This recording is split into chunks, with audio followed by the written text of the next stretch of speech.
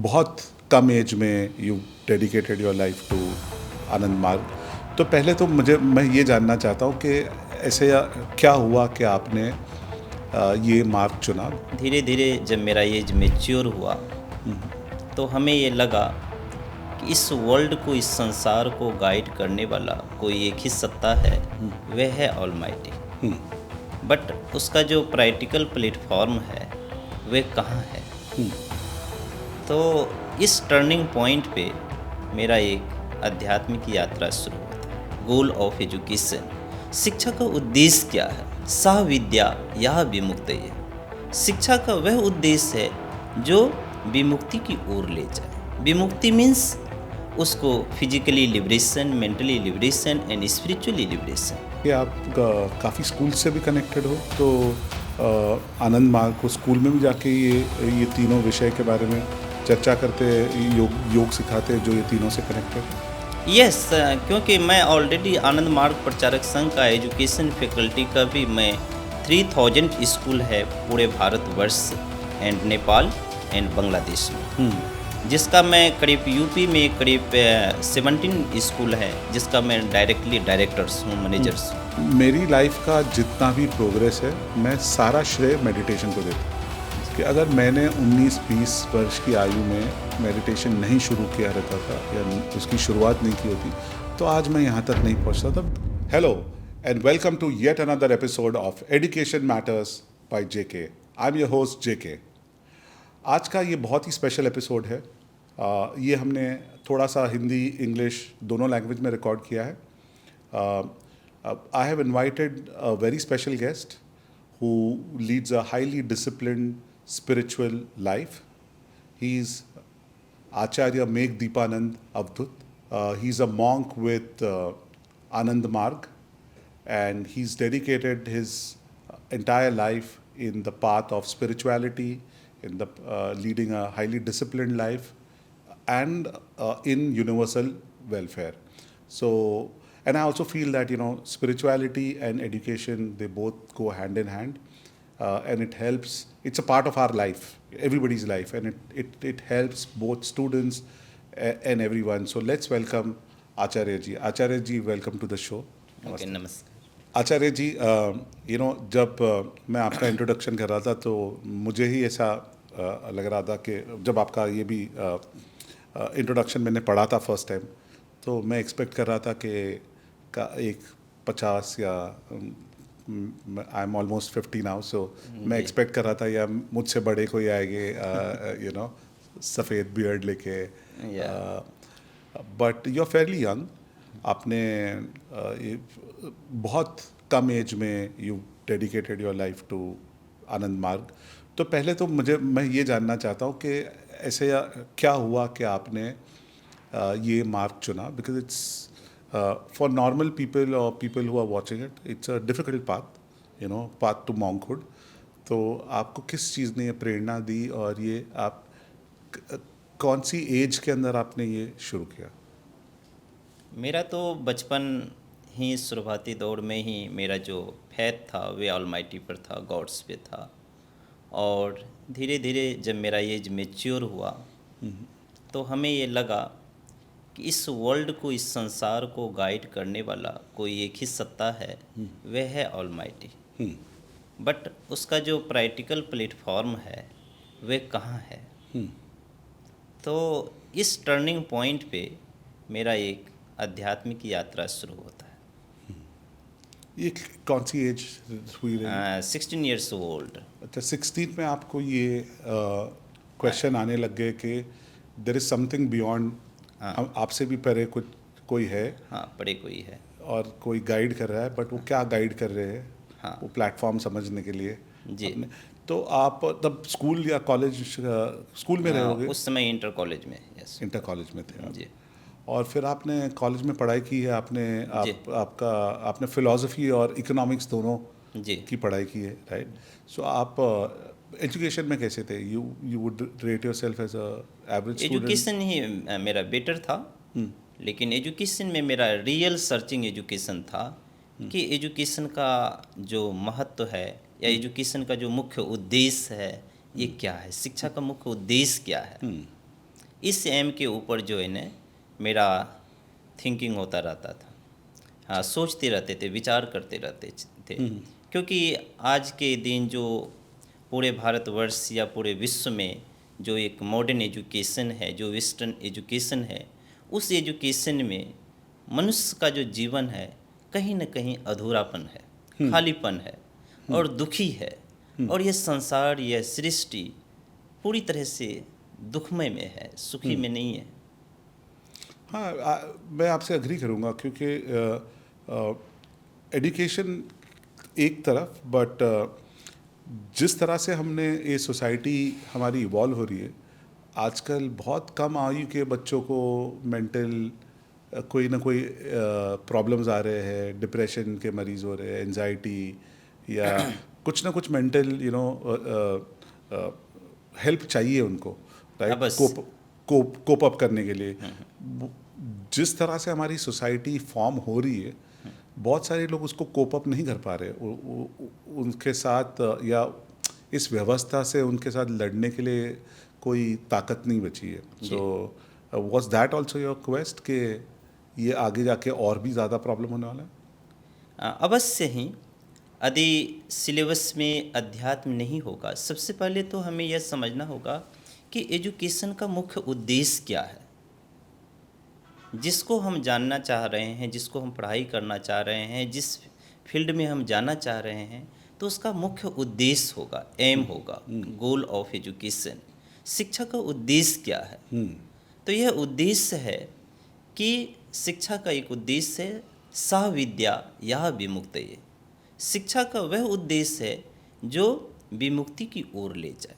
विमुक्ति means उसको physically liberation, mentally liberation and spiritually liberation. यह जो ट्राइफेरियस ह्यूमन बींग्स का जो करेक्टर्स है, जो मनुष्य का जो त्रिस्तरीय जीवन है, शारीरिक, मानसिक और आध्यात्मिक रूप से, उसको क्या करना पड़ेगा? एजुकेट करना पड़ेगा। जैसे आज आपने बोला कि फिजिकली फिट नहीं है। फिजिकली फिट क्यों नहीं है? आज लेथर्जी है, लेजीनेस है, मैक्सिमम डिजीज है एंड मैक्सिमम पेन है। तो जिसके चलते उसके बॉडी का जो हार्मोन्स है, जो ग्लैंड्स है, जो उसका सिक्रीशन प्रॉपर होना चाहिए, वे सिक्रीशन नहीं हो रहा है। या सिक्रीशन हो भी रहा है हार्मोन्स, तो ओवर हो रहा है या नॉर्मल हो रहा है या अंडर हो रहा है। वह स्टूडेंट फिजिकल बॉडी पर डिसाइड नहीं कर पा रहा है, क्योंकि उसका जो डिजीज है, जो बीमारी है, वह अधिक से अधिक क्या कहते हैं, उसको परेशान कर रहा है। तो उसके लिए हमें फिजिकल बॉडी के लिए क्या चाहिए एज ए स्टूडेंट को, एज ए ह्यूमन बींग्स को? तो फिजिकल बॉडी के लिए एट फर्स्ट चाहिए उनको कुछ योगा आसन, जो बेसिक आसन है। जैसे एक ग्लैंड्स है, थायराइड एंड पाराथायराइड, जो यह हमारे थॉट्स के पास विशुद्ध चक्रा है। यदि वहाँ का एक आसन है सर्वांग आसन, तो यदि उस आसन को हम पर्टिकुलर्स करते हैं तो वहाँ का वेस्ट एक एक्सरसाइज होगा। जैसे किसी व्यक्तियों को भय आ रहा है, तो हमारे शरीर में एक अग्नि तत्व है नाभि के पास, जहाँ मणिपुर चक्र बोलते हैं। यदि मयूरासन को करे, मयूरासन एक डेंजरस स्नेक से लड़ाई करता है, फाइट करता है और डाइजेस्ट कर जाता है। तो उसके लिए इस फिजिकल बॉडी का जो वहाँ पर जो हार्मोन्स, इंसुलिन है, जो सिक्रीशन होता है, तो उसको भय की वृत्ति सता रहा है। इसलिए फिजिकल फिट होने के लिए हमें आसन करना आवश्यक है। और सेकेंड है कि इस फिजिकल बॉडी के लिए उनको वेजिटेरियन फूड लेना होगा, वेजिटेरियन फूड लेना होगा। और थर्ड है कि इस फिजिकल बॉडी के लिए उसे उपवास करना होगा, फास्टिंग करना होगा, 24 आवर्स विदाउट वाटर, निर्जला उपवास, वह भी एकादशी और अमावस्या के दिन। यह जो खास दिन है, अमावस्या, पूर्णिमा, एकादशी, हम जानते हैं कि यह शरीर का निर्माण हुआ है पंच तत्व से, 5 फंडामेंटल एलिमेंट्स से। तो यह जो पंच तत्व में जो कुछ भी इस संसार में होगा, वही हलचल हमारे शरीर में आएगा। यदि हमारे शरीर में जल तत्व, हम जानते हैं कि ज्वार भटार समुद्र में उठता है, तो उसका जो डे होता है कि 11 दिन के, क्यों उठ रहा है? क्योंकि पृथ्वी के नज़दीक मून आ जाता है, चंद्रमा आ जाता है, जो उसको अट्रैक्ट करता है, आकर्षित करता है। तो वह जो जल तत्व है, जो वाटर लेवल है, वे हमारे वायु तत्व, जहाँ अनाहत, जहाँ चेस्ट है, जहाँ फेफड़ा है, वहाँ पर वायु तत्व क्या कहते हैं, उसको क्रॉस करते हुए हमारे इस थायराइड, पैराथायराइड से डायरेक्ट ग्लैंड्स, हमारा जो पिट्यूटरी एंड पीनियल ग्लैंड्स है, जो डायरेक्ट हमारा यह सहस्रार चक्र है, यदि यहाँ पहुँचता है तो उस व्यक्तियों को परेशानी होता है, और उस परेशानी में उसे यह महसूस होता है कि हमारे सिर में गैस चढ़ गया है। तो यह कारण है क्या कि उस दिन जो वाटर ले रहे हैं, फूड ले रहे हैं, इस कारण से उसको यह जो भौगोलिक दृष्टिकोण है उनको इफ़ेक्ट कर रहा है, उसके बॉडी को। और सेकेंड, बायोलॉजिकल बॉडी है या बायोलॉजिकल मशीन है या जैव वैज्ञानिक एक शरीर है, तो इस शरीर को प्यूरिफिकेशन करना, स्वच्छ करना, साफ रखना, उनके लिए बॉडी को, ग्रंथि को, उपग्रंथि को आराम देना बहुत आवश्यक है। तो इसका फास्टिंग ब्रेक यदि करते हैं तो उसका एज ए फिजिकली फिट होगा। यदि इस चीज़ को अपनाते हैं, बेस्ट है फिजिकल बॉडी के लिए एक्सरसाइज, सेकेंड है वेजिटेरियन फूड, एंड थर्ड है उनका उपवास, फास्टिंग, फिजिकली फिट। सो आप ये बहुत ही इम्पोर्टेंट टॉपिक आपने पहले ही छेड़ दिया, कि ये जो पॉडकास्ट है इसके अंदर मेरा भी यही क्वेस्ट है कि एजुकेशन का सही मायना क्या है। बिकॉज एजुकेशन सिर्फ एक डिग्री पाने के लिए तो लोगों को करनी नहीं चाहिए। एजुकेशन तो it goes beyond your economic needs, right. तो आपने बोला 3 चीज़ बताई, राइट, एजुकेशन का 3 महत्वपूर्ण। आपने एक बताया फिजिकल, जिसके बारे में आपने, फिजिकल एजुकेशन के बारे में आपने काफ़ी विस्तार से समझा दिया। सेकेंड आपने बताया था कि मेंटल, एंड थर्ड आपने बताया था स्पिरिचुअल। ठीक है, तो अब तो you are saying mental is also connected with physical, क्योंकि अगर शरीर में अगर ग्लैंड्स और हार्मोन्स ठीक से काम नहीं करेंगे तो ऑब्वियसली वो आपका मेंटल लेवल भी ऊपर नीचे जा सकता है। तो ये मेंटल के ऊपर आप थोड़ा सा एक्सप्लेन करेंगे, how do you mental education कैसे ले सकते हैं, या उसका क्या फॉर्म है। फिजिकल एजुकेशन तो काफ़ी समझ में आ गया कि उपवास करना है, fasting, exercise, and vegetarian food and food, या। तो अभी इसमें मेंटल के ऊपर, आप मेंटल एजुकेशन के ऊपर आपका क्या कहना है? तो यह जो मेंटल लेवल है 360 डिग्री उनका विस्तृत होना चाहिए, विकास होना चाहिए। यदि उसका मैंपन, जो आई फीलिंग है, यदि ये 360 डिग्री को क्रॉस करता है तो उसका as a caste, colour, creed, nation and sex, इससे माइंड अपर साइड जाएगा, जो एक यूनिवर्सल बैकग्राउंड को बनाएगा, ये सुपर बियॉन्ड के तरफ उसका डायरेक्शन जाएगा। तो इसके लिए जब माइंड ऐसा होगा तो उसका मन स्ट्रॉन्ग होगा, physically fit and mentally strong. Strong means rocks, चट्टान की तरह स्ट्रॉन्ग होगा, और उसको किसी भी प्रकार की चीज़ उसे इफेक्ट नहीं कर पाएगा, डैमेज नहीं कर पाएगा। कोई भी, चाहे कंट्री हो, कलर हो, नेशन हो, चाहे किसी भी प्रकार की, वह इस चीज़ को समझेगा कि यह जो संसार है, यह जो सृष्टि है, यह सब जिसके लिए मैं पढ़ रहा था, पर्यावरण के लिए, विश्व ब्रह्मांड के लिए, इकोलॉजी के लिए, हेल्थ के लिए, यह सब तो मेरा ही सदस्य है। तो इस प्रकार के मन को तैयार करना होगा बच्चों को। इसके लिए आप कुछ और एग्जाम्पल दे सकते हैं, लाइक आपने बता दिया कि मेंटली स्ट्रांग बनना चाहिए, राइट, लेकिन कोई एक सिंपल एक्सरसाइज जो बच्चे या पेरेंट्स या कोई भी खुद घर पे कर सकते हैं कि ये अगर एक तो या तो सोचने का तरीका बदलना पड़ेगा, वो तो काफ़ी लंबा प्रोसेस होता है, बट छोटी छोटी हैबिट्स या छोटी छोटी एक्सरसाइज जिससे धीरे धीरे थोड़ा ये बदलाव आ जाए। जी, और उसके लिए बेस्ट एक्सरसाइज है, एक कोष की है, जो होल कोष एंड कोशिकाएं जो सेल्स है उसको ठीक करते हैं। और सेकेंड है, ये खास करके महिलाएं के लिए, लड़कियों के लिए कोष की एक नृत्य है जो कर सकती है, और जो पुरुष है, जो बॉयज़ हैं, उनके लिए तांडव एक्सरसाइज है, जो हम लोग आनंद मार्ग के जितने आचार्य लोग होते हैं इसको जाके स्कूल में बताते हैं, सिखाते हैं। और कुछ बेसिक आसन है, जैसे हमारे मन के लिए सुसांग आसन बहुत ही अच्छा आसन है। सो ये भी पार्ट ऑफ योगा है, जिससे योग कुछ आसन आप जो बता रहे हो वो कुछ योग आसन से कनेक्टेड है? हाँ, योग आसन से कनेक्टेड है। अच्छा।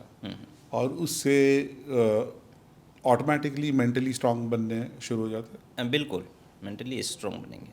And the third aspect was, आपने बताया कि एजुकेशन का तीसरा एस्पेक्ट होता है स्पिरिचुअल। हाँ।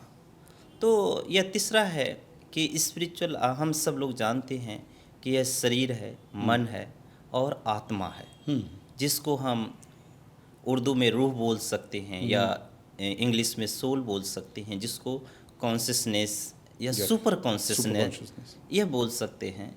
तो जब यह आत्मा निकल जाती है तो इस शरीर का कोई महत्व नहीं है, फिर वहाँ मन भी कोई काम नहीं कर रहा है। तो हमें यह चीज़ को जानना होगा कि शरीर से कौन निकल गया, या मेरे शरीर में कौन था और कितने दिन के लिए था, और यह आया कहाँ से था और गया कहाँ, और आया था तो इसका पर्पज क्या था, उद्देश्य क्या था। तो इस स्पिरिचुअल जो अध्यात्म है वह बचपन से ही यह फीलिंग जगना चाहिए कि हमारे शरीर में जो है कि मैं यह शरीर नहीं हूँ, मैं यह शरीर नहीं हूँ। यदि यह मैं शरीर होता तो हमें आजीवन जैसे लोग रखते हैं, तो फिजिकल डिपार्चर होने के बाद भी इस फिजिकल बॉडी को रखा जाता। तो इसका मतलब कोई ना कोई ऐसी इम्पोर्टेंस वैल्यू है जो इस शरीर से निकल के बाहर गया। तो क्या उसको जानने की जो अभ्यास है उसको हम कहते हैं मेडिटेशन। और मेडिटेशन के थ्रू हम अपने माइंड को कंसंट्रेशन करके, एकाग्र करके, शांत करके हम उस सत्ता को जान सकते हैं जो हमारे स्व शरीर में है। तो यह बच्चों में त्रिस्तरीय विकास होना आवश्यक है, क्योंकि शारीरिक रूप से स्वस्थ हो, मानसिक रूप से मजबूत हो और आत्मिक रूप से उन्नत और विकसित हो। यदि यह त्रिस्तरीय विकास है मानव समाज में और इस पृथ्वी ग्रह पर, मैं कहूँगा कि यह पूरे होल जो पृथ्वी ग्रह है, इस ग्रह पर एक स्वस्थ मानव समाज का जो यात्रा है वह सुखद और मंगलमय हो सके। और आप जब बता रहे थे तो आपने ये भी बताया कि आप काफ़ी स्कूल से भी कनेक्टेड हो, तो आनंद मार्ग को स्कूल में भी जाके ये तीनों विषय के बारे में चर्चा करते, योग सिखाते जो ये तीनों से कनेक्टेड है? यस, क्योंकि मैं ऑलरेडी आनंद मार्ग प्रचारक संघ का एजुकेशन फैकल्टी का भी मैं 3000 स्कूल है पूरे भारतवर्ष एंड नेपाल एंड बांग्लादेश में, जिसका मैं करीब यूपी में करीब 17 स्कूल है जिसका मैं डायरेक्टर्स हूँ, मैनेजर्स हूँ। और वहाँ पर मैं एजुकेशन सिलेबस में यह तीनों चीज़ को विस्तृत बताता हूँ। एंड अदर स्कूल में भी जो गवर्नमेंट स्कूल है, अदर प्राइवेट स्कूल है, वो सारे स्कूलों में यह विषय को लेकर मैं जाता हूँ। आनंद मार्ग आपने बताया कितना, how many thousand schools? 3500 schools.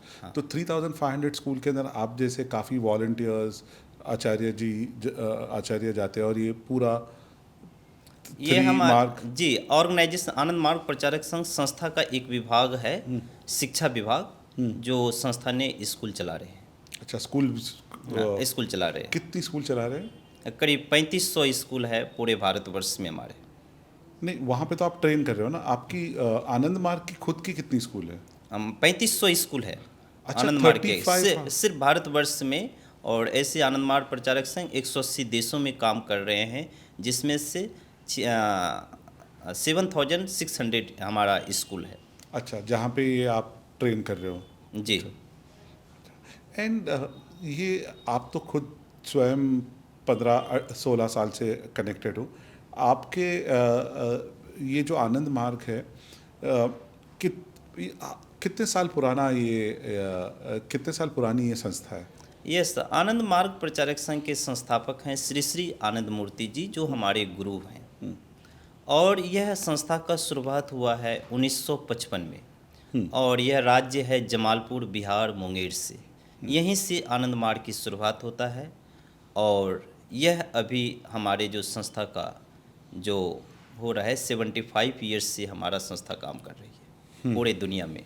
अच्छा, आप स्कूल का भी एक विभाग है, करेक्ट, जो Yes. सिर्फ स्कूल चलाती है? हाँ, स्कूल का भी एक विभाग है। आनंद मार्ग प्रचारक संघ में टोटल 44 विभाग हैं, 44 विभाग हैं, जिसमें एक विभाग है स्कूल का विभाग है, शिक्षा विभाग जो है। शिक्षा विभाग जो 3500 स्कूल चलाती है हाँ हाँ पूरे भारतवर्ष के अंदर और नेपाल में और थोड़े बहुत बांग्लादेश में। पूरा देश में आप देखोगे वेरी रैपिड मॉडर्नाइजेशन शुरू हो गया है, right?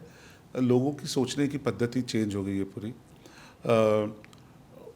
At a place and मैं कोई जज नहीं कर रहा हूँ कि अच्छा है या बुरा है, बिकॉज मुझे ऐसा लगता है लोग अपने लिए खुद सोचते हैं। हाउ मुझे ऐसा लगता है काफ़ी लोग डिस्कनेक्ट हो गए हैं स्पिरिचुअलिटी से। तो लोग रिलीजन तो फॉलो कर लेते हैं, चाहे वो कोई भी धर्म हो, वो अपना जो चेकलिस्ट होता है ना कि मुझे ये करना है, ये करना है, ये करना है, या तो लाइक मुझे सुबह उठ के पूजा करनी है, या मुझे मंदिर जाना है, या मुझे नमाज़ पढ़नी है, या चर्च जाना है संडे को। मुझे लगता है वो चेकलिस्ट तो सारे लोग कर रहे हैं, वो तो बढ़ते जा रहा है। बट जो क्रक्स होता है रिलीजन का, जैसे आपने बताया कि 3 things which are very important. Physically also they are strong, mentally also they are strong, and spiritually also they are strong, and basically a good empathetic person जो who cares for the world, वो तो मुझे मेरे हिसाब से कम होते जा रहा है दुनिया के अंदर। And how do you think education can help कि किस तरह से कनेक्ट करे ये स्पिरिचुअल साइड को, कि लोग, बिकॉज एज अ स्कूल हमारा भी यही लक्ष्य है कि अब जो भी बने बच्चे अच्छे बच्चे बने, राइट? बट आप देखते हैं ये डिफरेंस, और आपको क्या लगता है एज अ सोसाइटी हमें स्कूल छोड़िए घर पे भी क्या करना चाहिए जो 2-4 बेसिक चीज़ें, बिकॉज मुझे पता है आपके मार्ग में तो काफ़ी आप there be lot of things जो लोगों को करनी पड़ती होगी, बट बेसिक चीज़ें जो कोई देख रहा है पेरेंट या स्टूडेंट के मैं ये सब नहीं कर सकता, मैं 2 या 4 चीज़ कर सकता हूँ, मुझे आचार्य जी इतना बता दीजिए, मैं शुरुआत यहीं से करूँ। तो शुरुआत के लिए आप क्या बता सकते हो कि क्या करें ऐसा? जी, बहुत ही अच्छा आपने पूछा हमसे, क्योंकि आप जानते हैं कि बहुत सारे ऐसे बच्चे हैं कि जो पढ़ाई करते हैं, तो पढ़ाई करते समय वे बहुत सारे जो प्रश्न है उसको समझते हैं, और समझने के बाद वे इतना तक समझ जाते हैं कि वे पढ़ाई किया, पढ़ाई करने के बाद समझ भी गया, और समझने के बाद जब जीवन में उतारने की बारी आता है तो वहीं से डिस्कनेक्ट हो जाता है। जैसे किताब में सर ने पढ़ाया कि सिगरेट पीना हानिकारक है, जितना भी ड्रग्स है, नशा है, वह हमारे शरीर के लिए, मन के लिए हानिकारक है। पढ़ाई तो किया, समझा भी, लेकिन जीवन में उतार नहीं पाया। तो यह है डिस्कनेक्टिंग पॉइंट। तो इस डिस्कनेक्टिंग पॉइंट को जो हमें अटैच करना है, जो वहाँ पर सब्जेक्ट देना है, उस सब्जेक्ट का नाम है स्पिरिचुअल अध्यात्म। यदि इस चीज़ को हम दे देते हैं तो फिर वह जो बच्चा है, वह जो उसका जो फैकल्टी शिक्षा एजुकेशन जो फैकल्टी है, उसमें सुधारात्मक आएगा। और यह सुधारात्मक तभी आ पाएगा जब हम स्पिरिचुअल को देंगे, क्योंकि स्पिरिचुअल की कनेक्शन से ही उसका जीवन सुधारात्मक हो सकता है। अन्यथा जो आज हम एक्सटर्नल एजुकेशन को एक्सेप्ट किए हैं, मॉडर्न एजुकेशन को जीवन में उतार रहे हैं, जैसे आपने बोला कि आज पूरे शहर ही नहीं, मैं तो कहूँगा कि सिटी से लेके विलेज एंड रूरल एरिया तक में जो फैसिलिटी उपलब्ध है, चाहे वह सिटी हो चाहे वह विलेज एरिया हो, सभी जगह वह सुविधाएं उपलब्ध है। करेक्ट। लेकिन एक सच्चे मानव समाज का जो उपलब्धि है, जो क्रीम है, जो नेचुरल, जो उसकी ब्यूटी है, वह डैमेजिंग हो रहा है। और उसके पीछे यही है कि वह संतुष्ट तो नहीं हो रहा है, वह भाग रहा है, भाग रहा है, भाग रहा है, इतना भाग रहा है कि देख रहा है कि मेरा जीवन जो है अधूरापन है, खालीपन है, निराशापन है, उदासी है, टेंशन है, डिप्रेशन है, और मोर देन हाईएस्ट जो मेंटल करप्शन की ओर अग्रेसिव हो रहे हैं। तो यह चीज़ को हमें कुछ ना कुछ हमें लग रहा है कि वह विषय छूट रहा है। तो उस विषय का नाम है कि अध्यात्म, और अध्यात्म में व्यक्ति को ध्यान की बहुत आवश्यक है।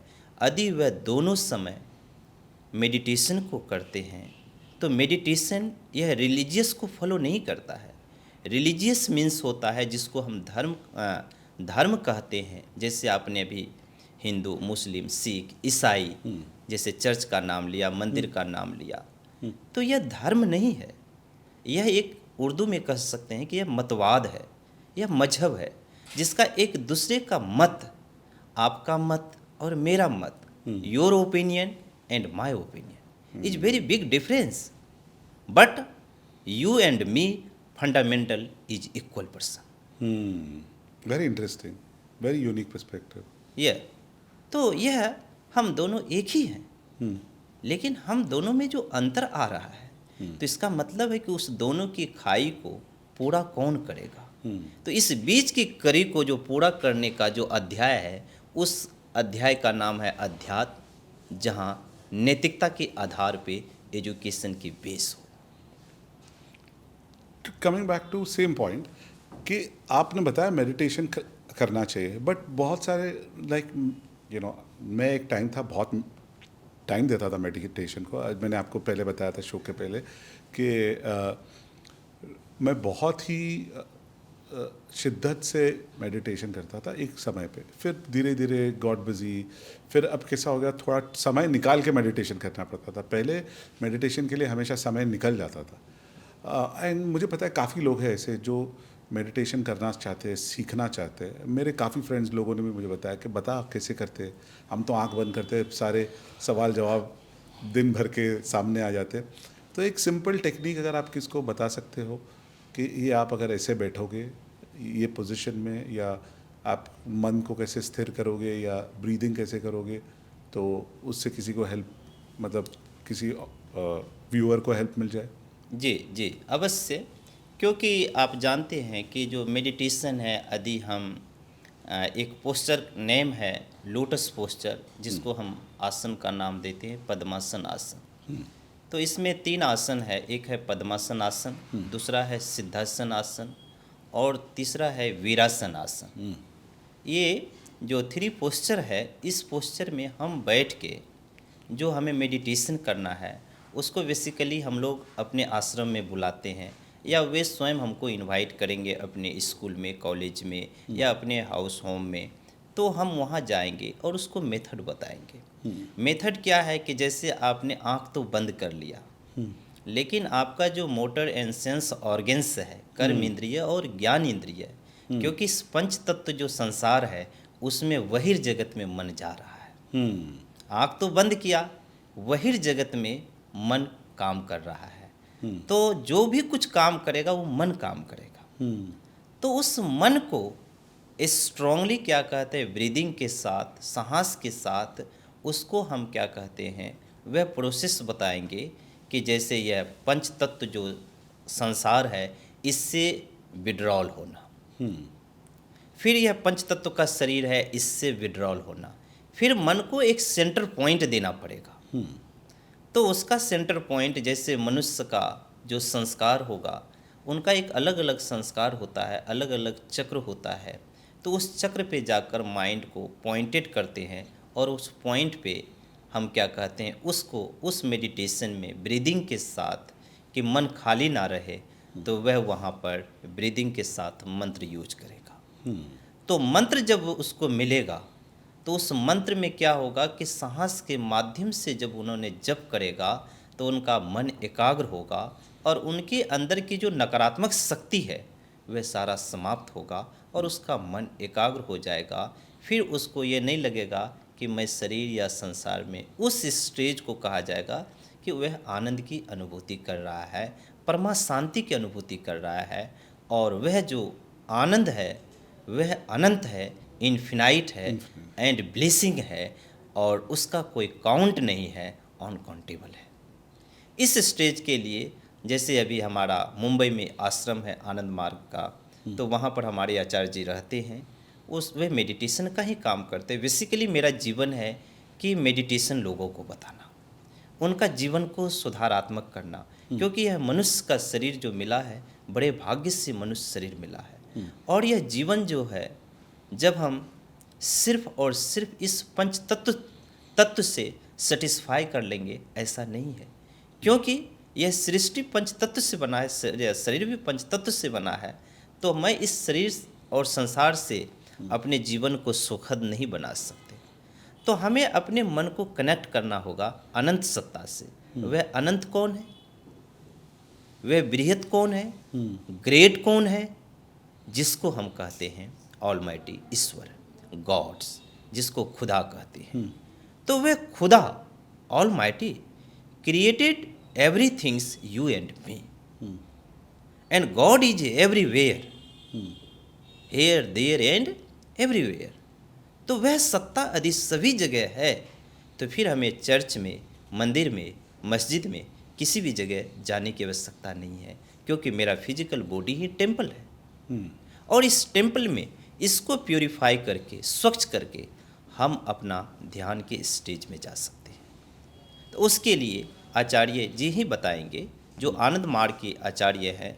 ये पूरे भारतवर्ष ही नहीं, 180 देशों में कम से कम आज 15 लाख से ऊपर ऐसे मेडिटेशन के लोग अभ्यस्त हो चुके हैं कि जो आज प्योर महीने में उसको कहा जाएगा, उसका ट्राइफेरियस डेवलप हुआ है, physically fit, mentally strong and spiritually elevated. So Acharya ji, आपने ये जो पूरा एक्सप्लेन किया, मैं थोड़ा मेडिटेशन और आध्यात्मिकता की तरफ थोड़े कदम बढ़ाए थे मैंने, तो मुझे थोड़ा थोड़ा समझ में आता है, पूरा नहीं समझ में आता है। Obviously I have not reach your level of meditation, but मेरी लाइफ का जितना भी प्रोग्रेस है, मैं सारा श्रेय मेडिटेशन को देता हूँ।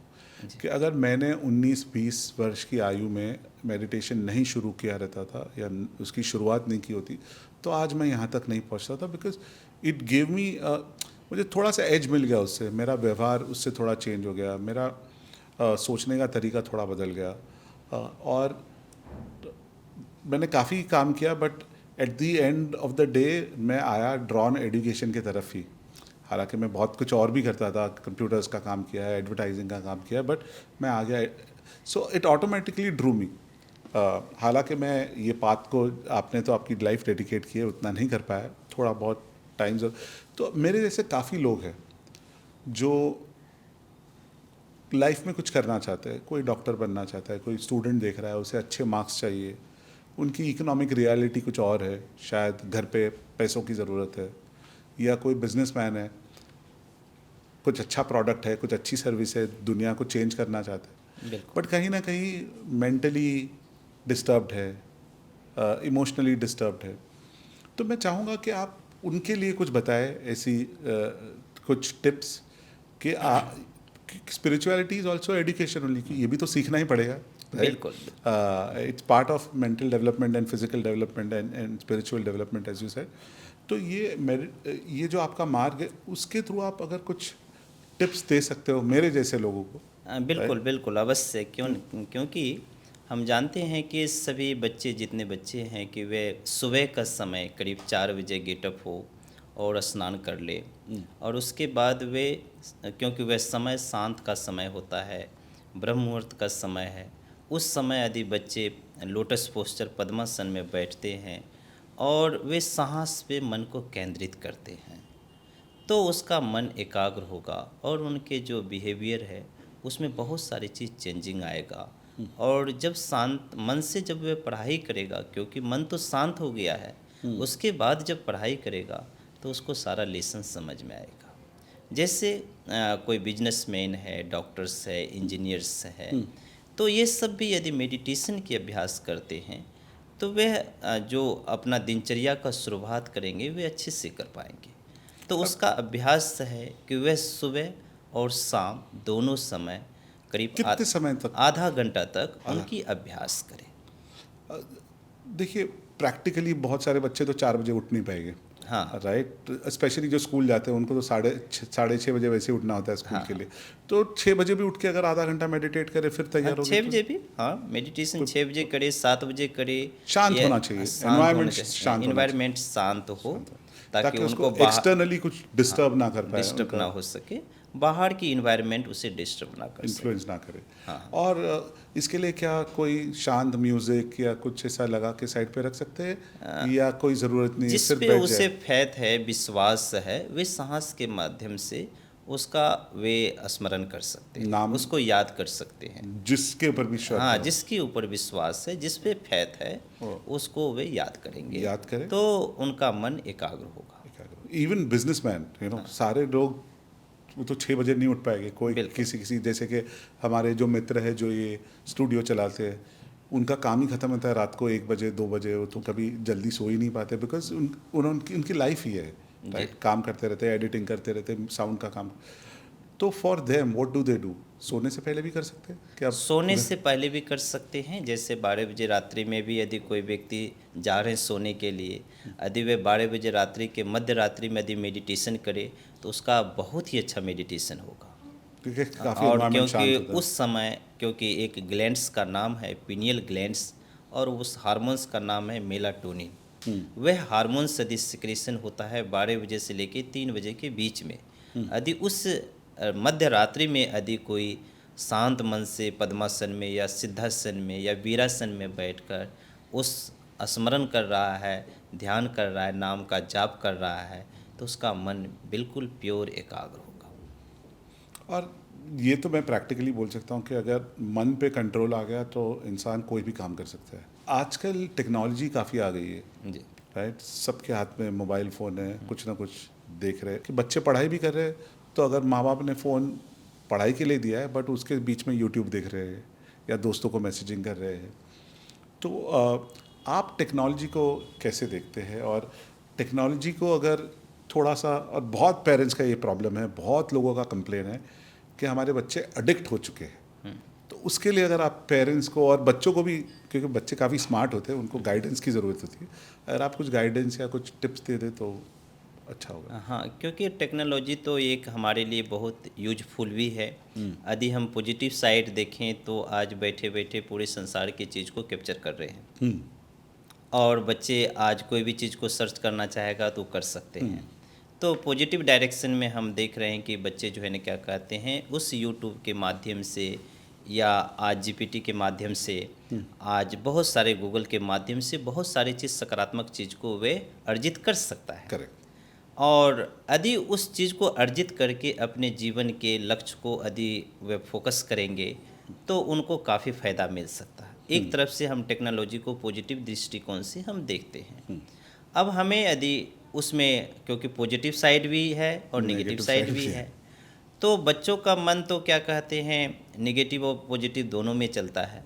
लेकिन बच्चे के बिहेवियर को सुधारात्मक के लिए उसको जो हमने बताया था कि मेडिटेशन यदि करेंगे तो उसका मन जब एकाग्र होगा तो वह सारे टेक्नोलॉजी को पॉजिटिव साइड यूज कर पाएंगे और खुद डिफ्रेंशिएट करना सीख जाएंगे कि बिल्कुल नेगेटिव क्या राइट है, क्या रॉन्ग्स wrong है, तो वे समझेंगे कि it is a better right, हमारे लाइफ के लिए अच्छा है, हमारे गोल के लिए अच्छा है, मैं इसका उपयोग कर सकूँ। सो आचार्य जी का ये कहना है कि मेडिटेशन कीजिए, लेकिन हमने उसे और भी शॉर्ट बना दिया कि सिर्फ 20 minutes instead of bed rotting, instead of doom scrolling, if I'm using the word right, doing all these things, if children can, and again all age, you can start as young as 10 years.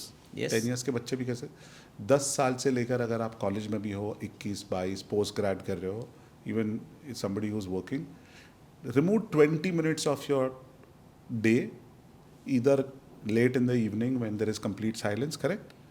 या early in the morning before you start your day. वरना हमारी आदत होगी सुबह उठ के phone निकालते हैं, आँख जैसे खुलती पहले चैट्स देखते हैं या रील्स देखते हैं, उसके बदले सिर्फ 20 minutes meditation, all the asanas we will write down here, you can go, Guruji ने बताया, आचार्य जी ने बताया कि चैट जीपीटी और गूगल से आपको पता चल जाएगा वो आसन में कैसा बैठना है, यूट्यूब वीडियोस भी मिल जाएंगे. Use it positively, meditate for 20 minutes and then come back to us and let us know how it has helped you. आपने और एक चीज़ बताई कि chat G, I am surprised कि आपको ये सारी चीज़ों के बारे में अवेयरनेस है. मुझे लगा मॉन्क है तो आपने ये सारी चीज़ें छोड़ दी रहेगी, आपको अवेयरनेस नहीं रहेगी, बट अपॉलॉजीज, मैंने ये अज्यूम किया आपके बारे में. बट आपको क्या लगता है एआई से क्या पॉजिटिव, क्योंकि बहुत सारी स्किल्स जो है जो सीखनी पड़ती थी एक ज़माने में, अब उसे सीखने की ज़रूरत नहीं है, वो मशीन कर लेगा.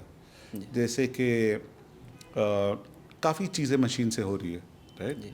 अब मशीन से you have Teslas making cars totally human free, right. Machine आके गाड़ियाँ बना लेती है. वैसे मुझे सारा तो नहीं पता है, बट मैं आपको बता सकता हूँ काफ़ी चीज़ें ऐसी हैं जो विदाउट ह्यूमन इंटरवेंशन मशीन कर सकते हैं. आई एम श्योर आगे जाके वो खाना भी बना सकेंगे, पेंटिंग भी बना देंगे, म्यूज़िक भी बना देंगे. तो बहुत सारा जो स्किल है जो हमें ह्यूमंस को ज़रूरी था, और उससे वो एक economic living, because the world is dictated bye economics, right.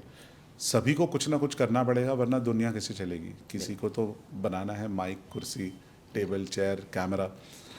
But अगर धीरे धीरे वो सारा मशीन और रोबोट्स और कंप्यूटर्स बनाने लगे तो इंसान का काम धीरे धीरे कम हो जाएगा. आप ये दुनिया कैसे देखते हैं? मैं ये दुनिया को बहुत ही अच्छी तरह से देख रहा हूँ, और ये दुनिया बहुत ही खूबसूरत है और विचित्रता से भरा पड़ा हुआ है. सब में जो विचित्रता है एक दूसरे से मिल नहीं रहा है, लेकिन खूबसूरत लग रहा है, अच्छा लग रहा है, ब्यूटी लग रहा है. तो यह जो सुंदरता है, इस सुंदरता के परिप्रेक्ष्य में जो इस सुंदरता को बनाया है वह कितना सुंदर होगा. तो इसको बनाने वाला एक ही सत्ता है, वह ईश्वरीय है. और आज के वर्तमान समय में हर मनुष्य के अंदर में बाय बॉर्न कुछ ना कुछ स्किल होता है, कुछ ना कुछ करने की उनके अंदर की जो जिज्ञासा है वे करना चाहता है. आज हम जानते हैं कि मॉडर्न युग में सारी फैसिलिटी है और वे मशीन काम कर रहे हैं, लेकिन उस मशीन को बनाने वाला वह मशीन स्वयं नहीं बन रहा है, उस मशीन को बनाने वाला मनुष्य है. तो क्रिएटिविटी, जिज्ञासा है वो, तो यह जो क्रिएटिविटी है, जो जिज्ञासा है, उसको अधिक से अधिक वह व्यक्ति अपनी जिज्ञासा को पूरा करने के लिए, सदुपयोग करने के लिए उस कार्य में इन्वॉल्व रहेंगे, उस कार्य को करेंगे. यदि उस कार्य को करेंगे नहीं तब तक उसका आर्थिक व्यवस्था ठीक नहीं हो पाएगा. क्योंकि व्यक्तियों को तो मिनिमम रिक्वायरमेंट की तो गारंटी तो चाहिए, भोजन तो चाहिए, फूड तो चाहिए, भूख लगाए तो भोजन तो चाहिए, basic necessity, food, clothing, shelter. तो बेसिकली तो क्या कहते हैं, ठंडे लग रहा है तो कपड़ा तो चाहिए, और छाँ और बारिश से बचना है तो घर भी तो चाहिए. यह शरीर बीमार पड़ गया तो उसको तो दवाई भी तो चाहिए, मेडिसिन तो चाहिए. करेक्ट. और माइंड को सही डायरेक्शन में ले जाने के लिए उनको एजुकेशन भी तो चाहिए.